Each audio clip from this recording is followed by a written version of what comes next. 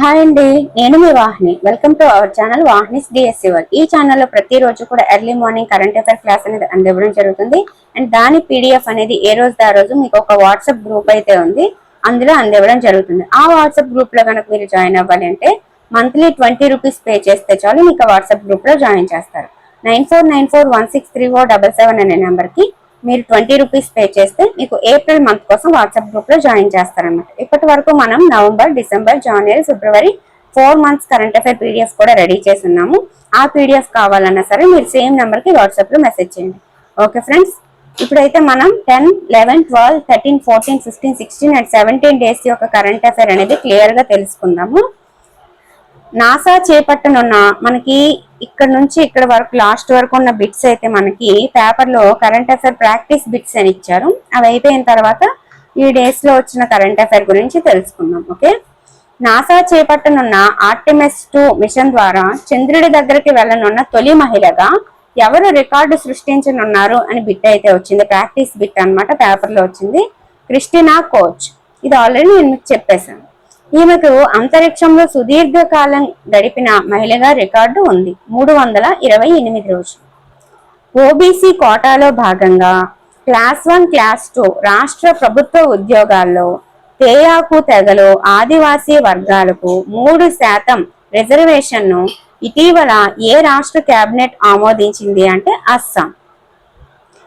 ఇటీవల వార్తల్లోకి వచ్చిన కుమార్ భాస్కర్ వర్మ సేతును ఏ నగరంలోని బ్రహ్మపుత్ర నదిపై నిర్మించారంటే గువాహటి. 3030 కోట్ల వ్యయంతో నిర్మించిన 2.86 కిలోమీటర్ల పొడవైన ఈ 6 వరుసల extra dozed pre stressed concrete వంతెన అనేది గువాహటిని ఉత్తర గువాహటితో కలుపుతుంది. ఫుడ్ కార్పొరేషన్ ఆఫ్ ఇండియా ఇటీవల ప్రపంచ ఆహార కార్యక్రమంతో ఎన్నేళ్ల అవగాహన ఒప్పందంపై సంతకం చేసింది అంటే 5 ఏళ్లు. ఏ రాష్ట్రంలో ఉన్న కాళింజర్ కోట చుట్టూ ఉన్న కొండ ప్రాంతాన్ని, అదే కాళింజర్ హిల్ అన్నమాట, 2026 మార్చి 16న జియోలాజికల్ సర్వే ఆఫ్ ఇండియా జాతీయ భూ వారసత్వ ప్రదేశంగా ప్రకటించింది అంటే ఉత్తరప్రదేశ్ లో ఉన్నదాన్ని. Okay, 2026 FIDE candidates tournament cypress లోని ఫెజియాలో ఉన్న cap Saint జార్జెస్ hotel and resort లో మార్చి 28 నుంచి ఏప్రిల్ 16 వరకు జరిగింది. ఈ క్యాండిడేట్స్ టోర్నమెంట్ అనేది మార్చి 28 నుంచి ఏప్రిల్ 16 వరకు జరిగింది.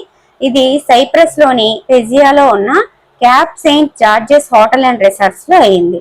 అయితే ముఖ్య విజేతలు ఎవరు అంటే ఓపెన్ సెక్షన్ లో ఉజ్బెకిస్తాన్ కి చెందిన జావోకిర్ సిందరో 2026 క్యాండిడేట్స్ టోర్నమెంట్ ని ఇతను గెలుచుకున్నారు. ఈయన తదుపరి వరల్డ్ చెస్ ఛాంపియన్షిప్ లో గుకేష్ తో తలపడతారనమాట.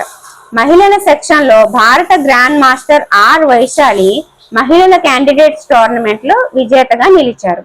ఈమె ప్రపంచ ఛాంపియన్ జూ వెన్జూన్ తో టైటిల్ కోసం నెక్స్ట్ పోటీ పడతారనమాట. ఆర్చరీ ప్రపంచ కప్ అనేది వరల్డ్ ఆర్చరీ సంస్థ నిర్వహించే ప్రతిష్టాత్మక అంతర్జాతీయ బహిరంగ పోటీ. ఇందులో ప్రపంచ వ్యాప్తంగా ఉన్న ఉత్తమ ఆర్చర్లు 4 దశల్లో పోటీ పడి ఫైనల్స్ కోసం అర్హత సాధిస్తారు. ఇది ప్రతి సంవత్సరం 4 వేర్వేరు దేశాలలో 4 దశలుగా జరుగుతుంది. ప్రతి దశలోనూ ప్రతిభ కనబరిచిన మొదటి 8 మంది ఆర్చర్లని 2010 నుంచి కూడా వరల్డ్ కప్ ఫైనల్స్ కి అర్హత పొందుతున్నారనమాట. 2025 ఏప్రిల్లో జరిగిన స్టేజ్ 1 పోటీలో భారత కాంపౌండ్ జట్టు యుఎస్ఏ పై గెలిచి స్వర్ణం సాధించిందనమాట. 2025 ఆర్చరీ ప్రపంచ కప్ తొలి దశలో జ్యోతి సురేఖ వెన్నం మధుర ప్రగతిలతో కూడిన జట్టు స్వర్ణం గెలిచింది. ఇందులో వ్యక్తిగత మరియు జట్ల విభాగాల్లో రికర్వ్, కాంపౌండ్ ఆర్చరీ పోటీలు నిర్వహిస్తారనమాట. ఓకే, స్టేజ్ 1 పోటీల్లో అయితే జ్యోతి సురేఖ వెన్నం మధుర ప్రగతిలతో కూడిన జట్టు స్వర్ణం గెలిచింది. 2026 ఆసియా బ్యాడ్మింటన్ ఛాంపియన్షిప్ లో 20 ఏళ్ల భారత యువ షట్లర్ ఆయుష్ శెట్టి అద్భుత ప్రదర్శనతో రజిత పథకం సాధించి చరిత్ర సృష్టించారు. 61 సంవత్సరాల ఆసియా ఛాంపియన్షిప్ చరిత్రలో పురుషుల సింగిల్స్ లో రజితం గెలిచిన తొలి భారతీయ షట్లర్ గా ఇతను నిలిచాడనమాట. ఈయన సెమీఫైనల్లో థాయిలాండ్ స్టార్ ప్రపంచ నెంబర్ 1 అయిన కున్లావుట్ విటిట్ స్టార్ ను ఓడించి ఫైనల్ కి వెళ్లారు. ఫైనల్స్ లో ఏప్రిల్ 12, 2026 జరిగిన ఫైనల్లో చైనాకు చెందిన షియూక్వి చేతిలో ఓడి రజతం గెలిచారనమాట. ఆసియా బ్యాడ్మింటన్ ఛాంపియన్షిప్ లో ఆయుష్ శెట్టికి రజతం వచ్చింది. ఇండియన్ అథ్లెటిక్స్ సిరీస్ 3 ఢిల్లీలోని జవహర్ లాల్ నెహ్రూ స్టేడియంలో ఏప్రిల్ 11, 2026 జరిగిన ఇండియన్ అథ్లెటిక్స్ సిరీస్ 3లో నిత్య 100 మీటర్ల పరుగులో స్వర్ణంతో మెరిశారు. పురుషుల స్ప్రింట్ లో అనిమేష్ కుమార్ సత్తా చాటారు. ఈయన 100 మీటర్లు మరియు 200 మీటర్లు స్వర్ణాలను కైవసం చేసుకున్నారు. ట్రిపుల్ జంప్ లో నిహారిక వశిష్ఠ పసిడిని నెగ్గారు. Indian athletics series 3 Delhi. Asia wrestling championship గురించి ఆల్రెడీ మీకు చెప్పాను. అప్పటికి వచ్చిన పథకాలు కొంచెమే ఉన్నాయి, అవి చెప్తాను. ఇప్పుడు ఈ ఛాంపియన్షిప్ పోటీలు అనేవి కంప్లీట్ అయిపోయాయి అన్నమాట. ఆసియా రెజ్లింగ్ ఛాంపియన్షిప్ లో భారత్ అద్భుత ప్రదర్శన కనపరిచి మొత్తం 17 పథకాలను గెలిచింది. 2వ స్థానంలో నిలిచింది. స్వర్ణాలు 2, సుజీత్ కల్కర్ 65 కేజీల విభాగంలో, అభిమన్యు మాన్వల్ 70 కేజీల విభాగంలో పురుషుల ఫ్రీస్టైల్ విభాగంలో గెలుచుకున్నారు. 7 సిల్వర్, 8 బ్రోంజ్, మొత్తం 17 పథకాలని ఆసియా రెజ్లింగ్ ఛాంపియన్షిప్ లో భారత్ గెలుచుకుందన్నమాట. గ్రామీణ అన్నా క్యాంటీన్లు అనేవి ముఖ్యమంత్రి చంద్రబాబు గారు ఏప్రిల్ 15, 2026న పల్నాడు జిల్లాలోని ధరణికోటలో 2వ విడత అన్నా క్యాంటీన్లు అనేవి ప్రారంభించారు. టోటల్ 62 అన్నా క్యాంటీన్లు మళ్ళీ కొత్తగా ప్రారంభించారు అన్నమాట. దివ్యాంగ శక్తి పథకం ఎందుకు అంటే 40% అంతకంటే ఎక్కువ వైకల్యం ఉన్న వారికి ఫ్రీ బస్ అన్నమాట. అలాగే వాళ్ళతో ప్రయాణించే తోటి సహాయకులకు కూడా 50% రాయితీ ఉంటుంది. మెడికల్ ఎక్విప్మెంట్ ప్రారంభించారు. విశాఖపట్నంలోని ప్రభుత్వ ఛాతీ ఆసుపత్రిలో ఏప్రిల్ 12, 2026న ఆరోగ్య మంత్రి సత్యకుమార్ ఎండోబ్రోంచియల్ అల్ట్రాసౌండ్ ఈ బస్ యంత్రాన్ని ప్రారంభించారు. క్వాంటమ్ రిఫరెన్స్ ఫెసిలిటీ ఏప్రిల్ 14, 2026న ప్రపంచ క్వాంటమ్ దినోత్సవం సందర్భంగా అమరావతిలో ఏర్పాటు చేసిన క్వాంటమ్ రిఫరెన్స్ ఫెసిలిటీని సీఎం ప్రారంభించారు. గిరిజన ప్రాంతాల్లో రోడ్ల ప్రారంభోత్సవం ఏప్రిల్ 2026 మధ్యలో అంటే ఏప్రిల్ 14 నుంచి 16 తేదీల ప్రాంతంలో పాడేరు నియోజకవర్గంలోని నందిగరువు అనే గిరిజన గ్రామంలో అడవి తల్లి బాట కార్యక్రమంలో భాగంగా పూర్తయిన రహదారుల్ని పవన్ కళ్యాణ్ గారు ప్రారంభించారు. ఏప్రిల్ 15, 2026న నారా లోకేష్ గారిని టీడీపీ జాతీయ వర్కింగ్ ప్రెసిడెంట్ గా నియమించారు. పిఎం ముద్రా యోజనకి ఏప్రిల్ 8న అది ప్రారంభమైంది కాబట్టి ఆ పథకం ప్రారంభమై 11 ఏళ్లను పూర్తి చేసుకుంది. ఈ పిఎం ముద్రా యోజన ఎందుకు అంటే చిరు వ్యాపారులకి 10 లక్షల వరకు పూచీకత్తు లేని రుణాలను అందిస్తుంది. గగన్యాన్ IADT-02 ఎందుకోసం అంటే ఏప్రిల్ 10, 2026న ఇస్రో గగన్యాన్ మిషన్ కోసం కీలకమైన ఎయిర్ డ్రాఫ్ట్ టెస్ట్ ను విజయవంతంగా నిర్వహించింది. ఆర్టిమిస్ 2 విజయం. నాసా తన ప్రతిష్టాత్మక ఆర్టిమిస్ 2 క్రూ రిటర్న్ మిషన్ ని విజయవంతంగా పూర్తి చేసుకుంది. గగన్యాన్ వ్యోమగాముల శిక్షణ మరియు భద్రత కోసం ఇస్రో మిషన్ మిత్ర అనే కొత్త ప్రయోగాన్ని ప్రారంభించింది. 2026 ఏప్రిల్ నాటికి ఇరాన్ మరియు అమెరికా మధ్య ఉద్రిక్తతలు కొనసాగుతున్నాయి. ఈ యుద్ధం ప్రస్తుతం కాల్పుల విరమణ మరియు శాంతి చర్చల మధ్య ఊగిసలాడుతోంది. ఏప్రిల్ 8, 2026 నుండి అమెరికా అండ్ ఇరాన్ మధ్య 2 వారాల తాత్కాలిక కాల్పుల విరమణ అమలైంది. ప్రస్తుతం కాల్పుల విరమణ ముగియనున్న తరుణంలో శాంతి ఒప్పందం కుదురుతుందా, మళ్ళీ యుద్ధం మొదలవుతుందా తెలియటం లేదు. 2వ విడత చర్చలు కూడా అయ్యాయి. ఏప్రిల్ 15 నాటికి పాకిస్తాన్ ప్రతినిధులు మళ్లీ టెహ్రాన్ చేరుకుని 2వ విడత చర్చలకు ప్రయత్నాలను ప్రారంభించారు. డొనాల్డ్ ట్రంప్ ప్రకటన. అమెరికా అధ్యక్షుడు ట్రంప్ ఇరాన్తో శాంతి ఒప్పందం కుదిరితే తాను పాకిస్తాన్ లో పర్యటిస్తానని చెప్పారు. యుద్ధం ముగింపు దశకు చేరుకుందని డొనాల్డ్ ట్రంప్ ఆశాభావం వ్యక్తం చేశారు. అమరావతి పేరు ఆంగ్లంలో రాసే విధానం అధికారికంగా చెప్పడం జరిగింది. AMARAVATA THA రాదు అని చెప్పి తెలియజేశారు. ఏప్రిల్ 11 మహాత్మా జ్యోతిరావు పూలే జయంతి. ఈయన జయంతి ఈ సంవత్సరం ఎందుకు స్పెషల్ అంటే ద్విశతాబ్ది జయంతి అన్నమాట. అంటే 200వ జయంతి ఉత్సవాలు అనేవి అధికారికంగా జరిపారన్నమాట. మహర్షి భగీరథ జయంతి ఏప్రిల్ 23న రాష్ట్ర పండుగగా నిర్వహించనుంది. ఆశా భోన్స్లే 92 ఇయర్స్ ఏప్రిల్ 12, 2026న కన్నుమూశారు. ఈవిడ పొందిన అవార్డులు పద్మ విభూషణ్, దాదాసాహెబ్ ఫాల్కే. మహిళా రిజర్వేషన్ బిల్లు. భారత పార్లమెంటు మరియు రాష్ట్ర శాసనసభల్లో మహిళలకు 33% రిజర్వేషన్లు కల్పించేందుకు ఉద్దేశించినదే మహిళా రిజర్వేషన్ బిల్లు. మహిళా రిజర్వేషన్ బిల్లు దీన్ని నారీ శక్తి వందన్ అధినియం అంటారు. ప్రస్తుతం ఇది కీలక దశలో ఉంది. 33% రిజర్వేషన్ లోక్సభ, రాష్ట్ర శాసనసభలు అండ్ ఢిల్లీ అసెంబ్లీలో మహిళలకు 1/3 అంటే 33% సీట్లు కేటాయించడం ఈ బిల్లు ప్రధాన ఉద్దేశం. ఈ రిజర్వేషన్ ప్రారంభంలో 15 ఏళ్ల పాటు అమల్లో ఉంటుంది. ఆ తర్వాత పార్లమెంటు నిర్ణయం మేరకు పొడిగించవచ్చు.